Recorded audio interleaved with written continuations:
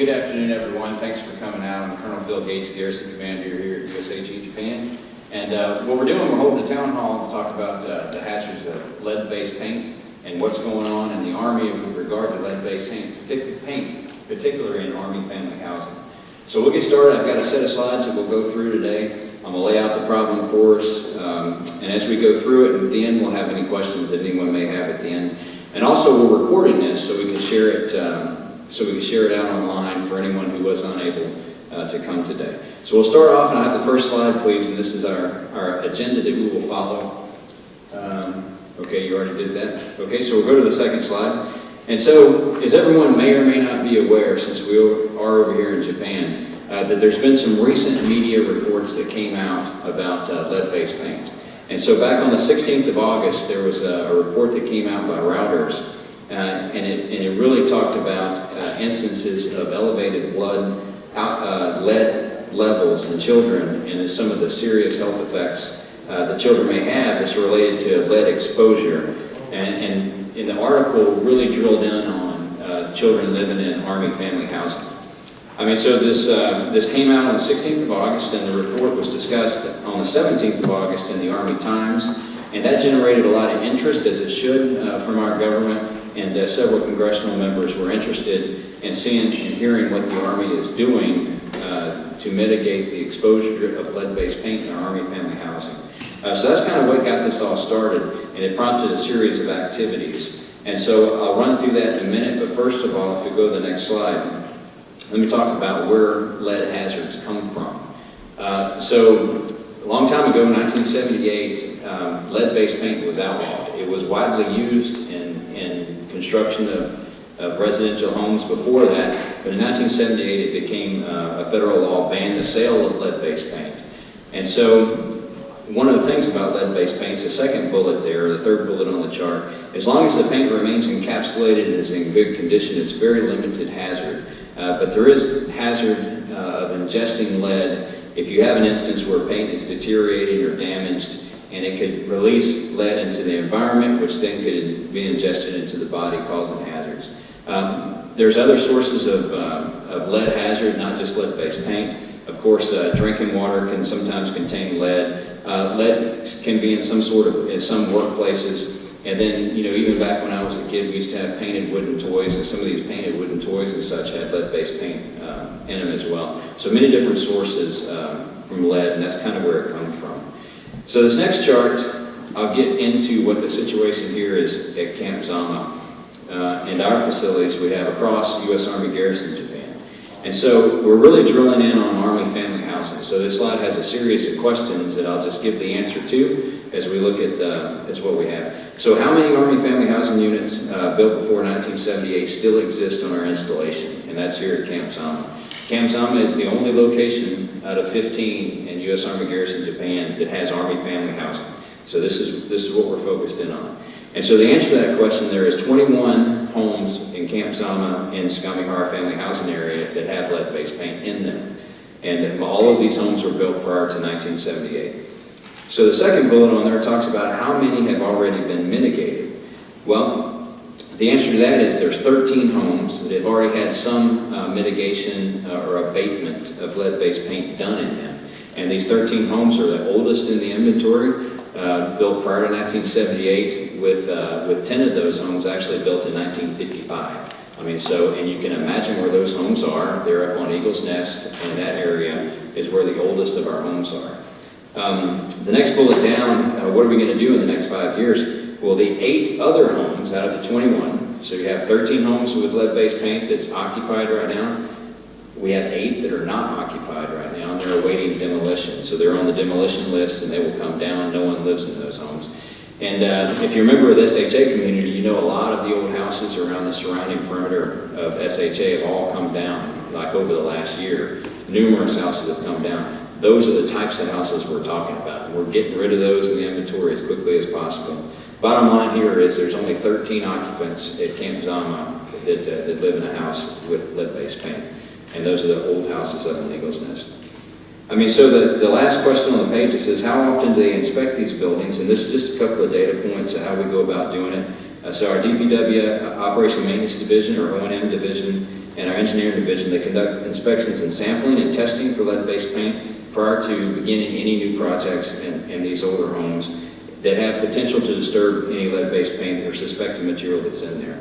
And for Army housing units, DPW Housing Division also, they look for damaged paint, and they will test if we have damaged paint in between occupants. That's what we do. So during the changeover between occupants is how we do it. So we go to the next slide, and this is just some more information if anyone would potentially ask these questions about our facilities here in the Garrison. This just lays out some information on that.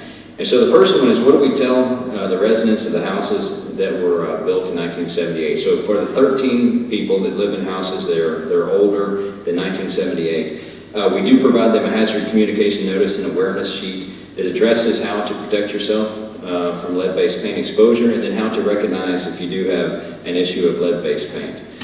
And then some of the rest of this information is this information that's good to have for the community.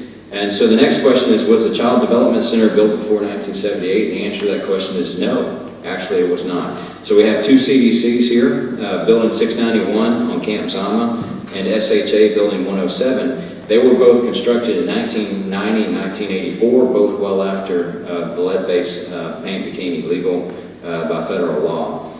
The next question there is, the Home Post School built before 1978? And the answer again is no. So Arn Elementary School, where most of our younger kids go to school, it was constructed in 2003. And then the Zama Middle High School was actually constructed in 1980. And again, the high school building was constructed in 2009. So relatively new facilities that touch our kids. And then so the list of dates at the bottom just shows you the rest of the main buildings on the campus that was all built after 1978. So we can go to the next slide. This next slide here it sums up some other facilities that may be of concern. Our medical treatment facility, so our BG Sands Clinic was actually constructed in 1979, Building 704. And that building's been renovated very recently. Within the last 3 years, went through a total renovation of the clinic. And you can see that when you go in there. The facilities are pretty new. So all of that was taken care of, so there's no issue of lead-based paint in that building. And then and the next question there is, has our child development centers been inspected or treated for lead-based paint? And the answer is yes, for both of them. We have tested and sampled, and you can see for Camp Zama CDC, we tested 98, 2010, 2013, and then we did interior repainting, not because we found lead-based paint, just the most recent painting on the interior of those buildings were conducted in 2006 and 2010. And then for Sagamihara housing area, it's very similar, sampled and tested in 2013, and the interior was also repainted in 2006 and 2010. Okay, let's go to the next one. We'll talk a little bit about what the process is for testing and mitigation or elimination.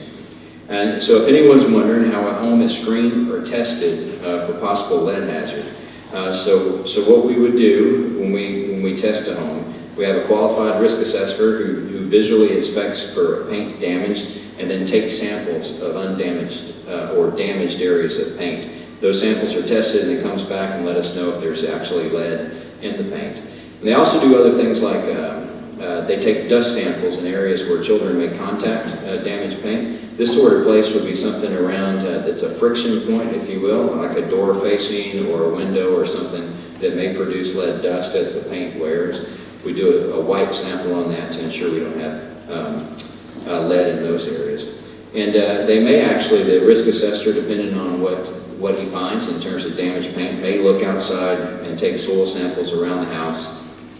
And then finally, after they do a screening procedure, and if they identify that hazard, that's when we set up for the next section down here at the bottom, is what the process is for us to abate or mitigate or eliminate the lead-based paint. I mean, so abatement for lead-based paint is, the process is designed to eliminate the hazard altogether. And some things to do that is to renovate, repair, and repainting, or RRP is the little acronym they use. And this is performed as an interim control measure to minimize the lead hazards, and it's not designed to permanently eliminate the paint. And so people that do this have to be certified. So they have to be EPA certified individuals who perform the abatement and and who conduct the renovation, repair, or repaint. It has to be EPA certified. And we have those type of folks on staff with our environmental section that know how to handle this sort of thing. And so that's some questions, and we have some time for questions at the end of this if anyone has any. But the last part of the slides just kind of talks about the health risk and effects of lead exposure. And this is a serious part. I mean, make no mistake that exposure to lead is not healthy. It is not safe for your health. And there's no safe level of lead exposure that you can have. When I say exposure, what I really mean is ingesting lead into your body, not just looking at lead, but I mean ingesting it into your body. And so even children with blood lead concentrations very low, I don't even know how low that is, but it's very low, can suffer decreases in mental ability. And this is really what the Routers article was talking about, was in particular an Army family child, who had, reduced mental capacity because of, elevated lead levels in their bloodstream. So that's what we're really getting after. It's a very serious issue. And then finally, if anyone thinks that your child is, exposed to lead or maybe at risk for it, you can seek your healthcare provider and get some information from them to figure out what to do. For high-risk populations, we can do a blood test to determine if there's a level of exposure. That's kind of some health effects, and we have some health folks in the room with us here. If there's any questions on further questions on health effects, we can discuss that at the end. And if you go to the next slide, there are some things that you can do that we encourage you to do to reduce the lead risk in your home. And first and foremost is just maintain and inspect all painted surfaces and report if you have any paint deterioration. That's the key. And if you have children, the key is to make sure that your child does not have access to one of these areas with deteriorating paint. And so that's the biggest thing you can do. And then if you have any water damage or anything like that, we need to call that into work order for your house as soon as you can. And the rest of these things are just some common sense things that you can do to make sure you're not getting any lead in your water system. And that's just you don't use hot water out of your hot water heater to cook with. I mean, that's a fairly common sense thing. But hot water heaters are known to have contaminants in them. I mean, so that's just something you wouldn't want to do. And then also you would need to flush your water lines out before you use them. What I mean is before you fill a pot full of water, turn on your cold water tap, let it run for a few minutes, and then get your water. That's a good way to ensure that you don't have extra contaminants in your water. Clean out your faucets, a little aerator thing that's on the faucet to make sure that remains clean. And then some other things, don't use cookware that's known to have lead in it. Make sure you use safe and approved cookware. And then and be aware of other lead hazards and hobbies that you may do. Stained glass is one of them. I do stained glass. Stained glass is a lead hazard, so you got to be aware if you're messing with any sort of hobby that has lead in it. You got to pay attention to that. Okay. The next slide. Here's what you should do if you have health concerns. I mean, so first thing, of course, you should do is schedule an appointment with your primary care physician for your child. If it is, in fact, your child you think may have lead exposure. And when you go there, your provider will ask you particular questions and figure out if the lead exposure test is needed for your child. And the Army follows the lead screening guidelines recommended by the American Academy of Pediatrics, as well as they'll conduct examinations on your children. So also, if you live off post, if you live on post, you can call DPW, and the number is provided there, to help determine if your house has a lead risk assessment, and we'll do that. So if you think your house may have lead or you want an assessment, give us a call, and we'll take a look at it. The Preventive Medical Department is also a good resource for families that have lead-related concerns, as well as those who may need assistance, like we discussed. And then finally, the Army Medical Treatment Facility partners will help you ensure good health for your child, and they share the same concerns with us. So with that, I got a couple of summary slides, and we'll do questions. And so just to summarize here at the end, very simply, lead-based paint could possibly be found inside and outside USAG Japan facilities.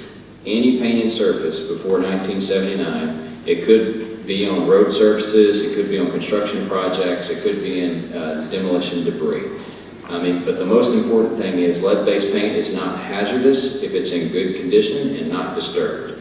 However, if you see anything like this, only authorized and properly trained personnel should perform any work that may disturb these materials. So as long as you're not around and disturbing materials that have potentially lead-based paint in it, your risk factor is really low. And then another page of summary here. Lead-based paint may pose a threat to you and your family's health if you inhale it, if you get it inside of you, if you ingest it in some other way, that are a result of old, deteriorating, or damaged stuff. And to minimize the risk, for anyone, building occupants, it's important that everyone understands to avoid touching areas of suspected lead-based paint. And if you're not sure, you contact the DPW help desk, and we will help you make that determination. The second thing is don't ever disturb anything that's a damaged material. Take care when you're cleaning. If you're seeing paint chips or something like that, take care when you're cleaning, replacing light bulbs, moving furniture, any of these other things. Or if you do a self-help project in one of these older buildings, you need to be careful that you're not disturbing any lead-based paint while you're doing that. And then finally, if you notice what you believe to be damaged lead-based paint, don't disturb it. Just contact your supervisor, your facility manager, and call the DPW help desk. And that's really the best advice to do if you encounter something that you suspect to be lead-based paint. And then, so kind of in summary too, this last chart is lead-based paint is not a new thing. It's been out there since 1978. It was finally, outlawed in 78. It's not good, and the Army's got a large Army-wide problem with lead-based paint, and that's the reason why we're holding this town hall, and that's why we're recording this video to make sure that everyone kind of understands the Army's plan. And it's not just in Japan; it's across the entire Army. And the Army's approach is to execute a tiered approach for validating our current procedures to protect families from health hazards, and also validate procedures not only for Army-owned housing that we have here, we have Army-owned housing here, as well as leased houses or privatized houses under the Residential Communities Initiative. And that's the leased housing initiative that goes on back in the States. It doesn't happen here, but it does go on back in the States. And so the Army's main focus right now is focusing on pre-1978 houses, and also focusing on those pre-1978 houses where children 6 and under are in. So that's the first tier that the Army's going to look into and apply resources against. Why 6-year-old children? Because children under 6 have been shown to be the most susceptible to lead affecting their development. That's the reason why the Army's starting right where that problem is. And we'll continue with this until confirmation of all lead hazards are completed, as well as testing for potable water, at the tap. And so, as many of you know that live in Army family housing, we've had a program going on since the beginning of 2016 that's testing 100% of our Army family housing units. And we are well on our way to being completed, with that project, which is scheduled to complete by 2020. So that's very important when you test your water and you have a little sample size, that we take the test sample correctly and we make sure that your water at your tap is good. And we have a program for that already. So we'll continue to do that until we've completed all our Army family housing units, which we have about 875 Army family housing units here in Camp Zama. So that's that. And then final slide before we take questions here is just a simple question: how do I educate myself on this? We have some resources there. The Army Public Health Center has got a webpage full of useful information about lead hazards and other things. The URL is there. These slides are also posted out on the Garrison's Facebook page, so everyone can get a shot at these things. And then also there's other various agencies listed there: EPA, Centers for Disease Control, Department of Housing and Urban Development, and also you can always ask your healthcare provider during a routine appointment, or make an appointment to see your doctor as you desire. And so that's really the rundown on lead-based paint here at Camp Zama.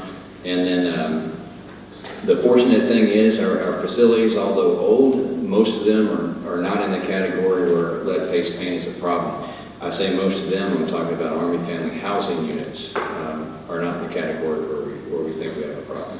So anyway, with that, we'll we'll certainly ask, or take time to ask any questions that anyone may have. I don't think you should opt that. Go ahead. Actually, I have a comment. Okay. I don't know what initial research just with people around it. There's literally, this is not solely an Army problem. You know, so people are honing in and saying, oh, the Army's all that stuff. There's tens of millions of homes with lead testing that are out there and other places. And the Army's doing the right thing and focusing on what the kids are, so this is something. But I do have a question. Yeah. I think everybody can hear me, I'm pretty sure. Well, we're recording. Oh, okay. I do have a question then related to working facilities. You didn't cover here.